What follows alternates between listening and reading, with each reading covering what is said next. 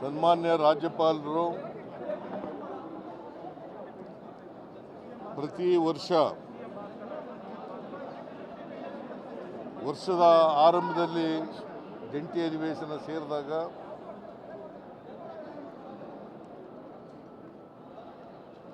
ಮತ್ತು ಹೊಸ ಸರ್ಕಾರ ಬಂದಾಗ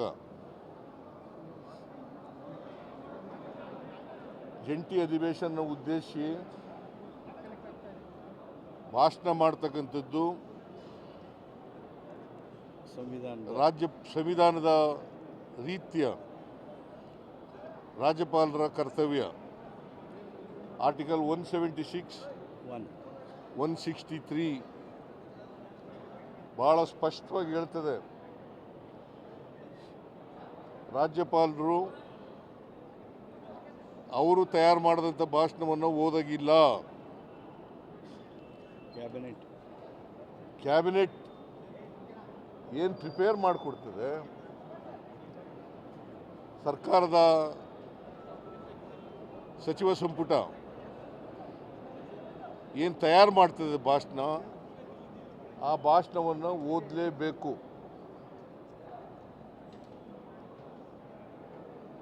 ಇವತ್ತು ಜಂಟಿ ಅಧಿವೇಶನ ಕರೆಯಲಾಗಿದೆ.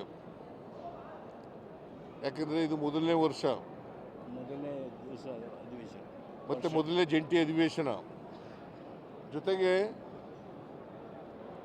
ವಿಶೇಷ ಅಧಿವೇಶನವನ್ನು ಕೂಡ ಕರೆದಿದೆ. ಕಾರಣ ಯಾಕಪ್ಪ ಅಂತಂದರೆ,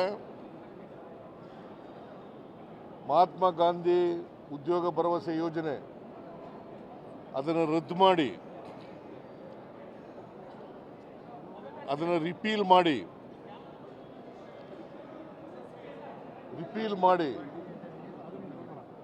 ವಿ.ಬಿ.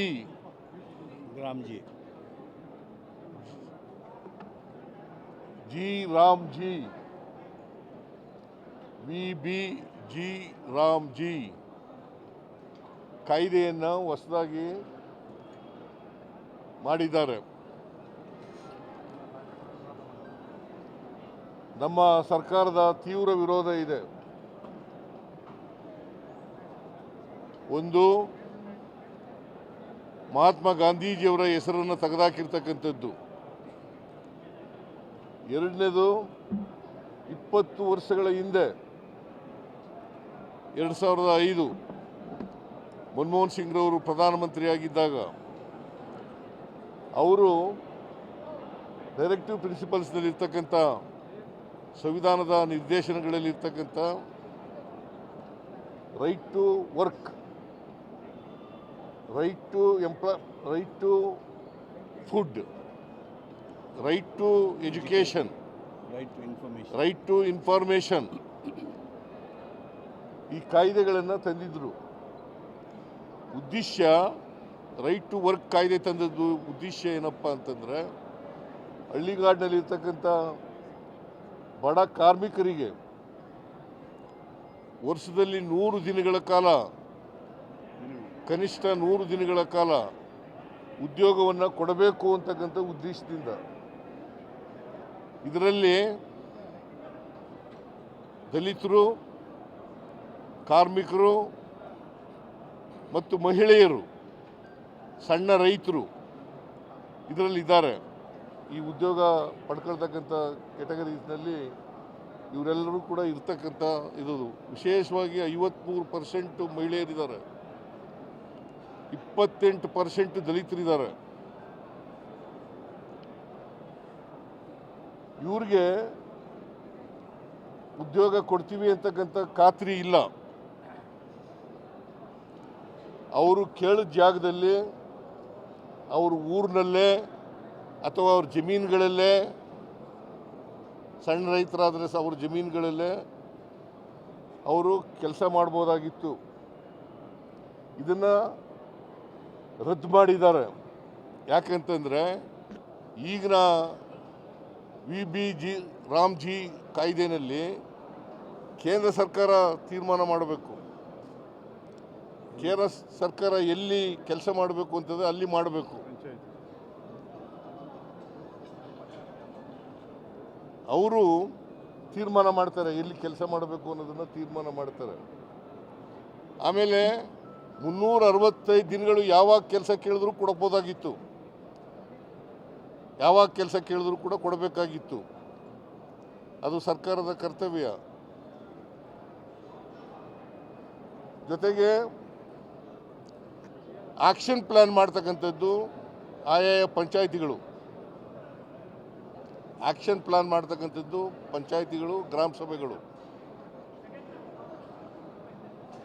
ಇದನ್ನು ಈ ಕಾಯ್ದೆನಲ್ಲಿ, ಹೊಸ ಕಾಯ್ದೆನಲ್ಲಿ G Ram G BBG Ram G ಕಾಯ್ದೆನಲ್ಲಿ ಇಲ್ಲ.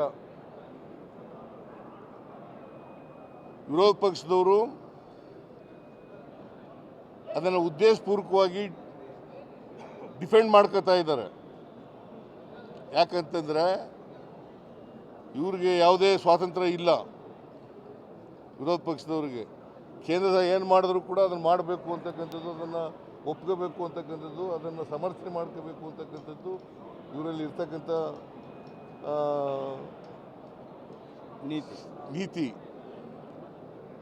ನೀತಿ. ಅದರಿಂದ ನಾವು ಅದನ್ನು ವಿರೋಧ ಮಾಡಿದ್ದೀವಿ. ಅದನ್ನು ಕ್ಯಾಬಿನೆಟ್ಟು ರಾಜ್ಯಪಾಲರ ಭಾಷಣದಲ್ಲಿ ಸೇರಿಸಿತ್ತು.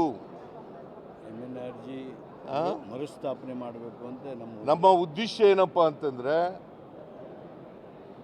ಅದರಲ್ಲಿ ಮನ್ರೇಗಾದಲ್ಲಿ ಉದ್ದೇಶ ಏನಪ್ಪ ಅಂತಂದರೆ ಮನ್ರೇಗವನ್ನು ಮರುಸ್ಥಾಪನೆ ಮಾಡಬೇಕು. ಈಗ ತಂದಿರತಕ್ಕಂಥ ಹೊಸ ಕಾಯ್ದೆಯನ್ನು ರದ್ದು ಮಾಡಬೇಕು. ನಮ್ಮ ಪಕ್ಷದಲ್ಲಿ ಮತ್ತು ಸರ್ಕಾರದಲ್ಲಿ ತೀರ್ಮಾನ ಮಾಡಿದ್ದೀವಿ.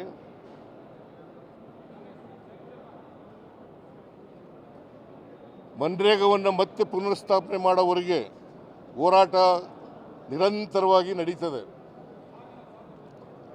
ಯಾವ ಮಾದರಿನಲ್ಲಿ ಅಂತಂದರೆ, ರೈತ ವಿರೋಧಿ ಕಾಯ್ದೆಗಳನ್ನು ತಂದಿದ್ರಲ್ಲ, ಅವುಗಳನ್ನು ವಾಪಸ್ ತಗೊಂಡ್ರಲ್ಲ, ಅಲ್ಲಿವರೆಗೂ ಕೂಡ ನಾವು ಹೋರಾಟವನ್ನು ಮುಂದುವರಿಸ್ತಕ್ಕಂಥ ಕೆಲಸವನ್ನು ಮಾಡ್ತೀವಿ. ಆದರೆ ರಾಜ್ಯಪಾಲರು ಕ್ಯಾಬಿನೆಟ್ ತಯಾರು ಮಾಡಿದಂಥ ಭಾಷಣವನ್ನು ಓದ್ದೇನೆ, ಅವರೇ ತಯಾರು ಮಾಡಿದಂಥ ಒಂದು ಪ್ಯಾರಾ ಭಾಷಣವನ್ನು ಓದಿ ಸಂವಿಧಾನದ ವಿಧಿಗಳಿಗೆ ವಿರೋಧ ಮಾಡಿದ್ದಾರೆ, ಉಲ್ಲಂಘನೆ ಮಾಡಿದ್ದಾರೆ. 176, 163 ಇಟ್ಸ್ ವೆರಿ ಕ್ಲಿಯರ್. ಈ ಶಲ್ राज्य he or she shall read the speech prepared by the cabinet of the government.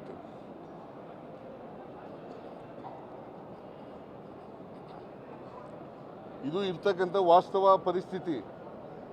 ಇದು ಸಂವಿಧಾನದ ಉಲ್ಲಂಘನೆ ಆಗಿದೆ. ಮತ್ತೆ ಜನ ಪ್ರತಿನಿಧಿಗಳ ಸಭೆಗೆ ಅವಮಾನ ಆಗಿದೆ.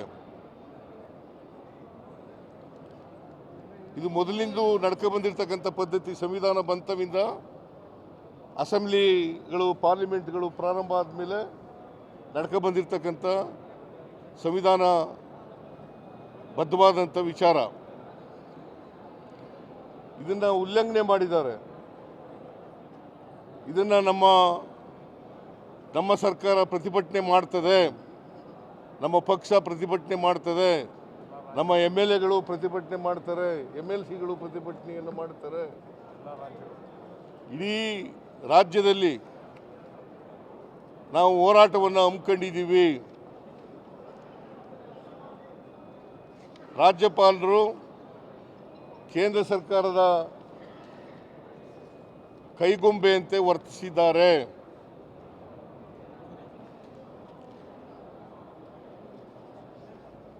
ಕೇಂದ್ರ ಸರ್ಕಾರ ಅವರ ಮಾಡಿರ್ತಕ್ಕಂಥ ತಪ್ಪನ್ನು ಮುಚ್ಚಿಕೊಳ್ಳಲಿಕ್ಕೋಸ್ಕರ ರಾಜ್ಯಪಾಲರ ಕೈಲಿ ಬೇರೆ ಭಾಷಣವನ್ನು ಓದಿಸಿದ್ದಾರೆ. ಇದು ಸಂವಿಧಾನ ಬಾಹಿರ, ಸಂವಿಧಾನದ ಉಲ್ಲಂಘನೆ. ಅವರ ಕರ್ತವ್ಯವನ್ನು ಪಾಲನೆ ಮಾಡಿಲ್ಲ, ಅವರ ಜವಾಬ್ದಾರಿಯನ್ನು ಪಾಲನೆ ಮಾಡಿಲ್ಲ.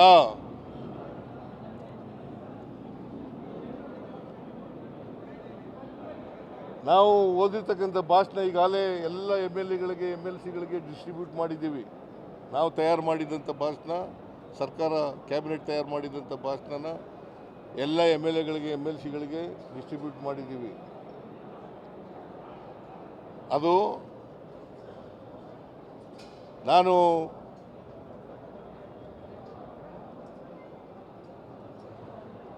ಮತ್ತೆ ನಿಮ್ಮ ಜೊತೆ ಮಾತಾಡ್ತೀನಿ. ನಾನು ಗಾಂಧೀಜಿ ಹೆಸರನ್ನು ಕೂಡ ತೆಗೆದುಬಿಟ್ಟಿದ್ದಾರೆ.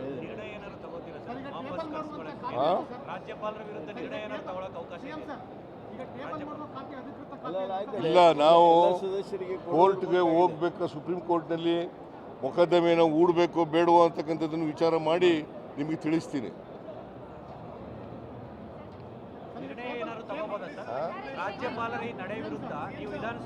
ಇಲ್ಲ, ನಾನು ಈಗ ಕೂತ್ಕೊಂಡು ಮಾತಾಡ್ತೀನಿ, ಬೇರೆ ಮಂತ್ರಿಗಳ ಜೊತೆ ಮಾತಾಡ್ತೀನಿ, ಲಾ ಮಿನಿಸ್ಟರ್ ಜೊತೆಗೂ ಮಾತಾಡ್ತೀನಿ.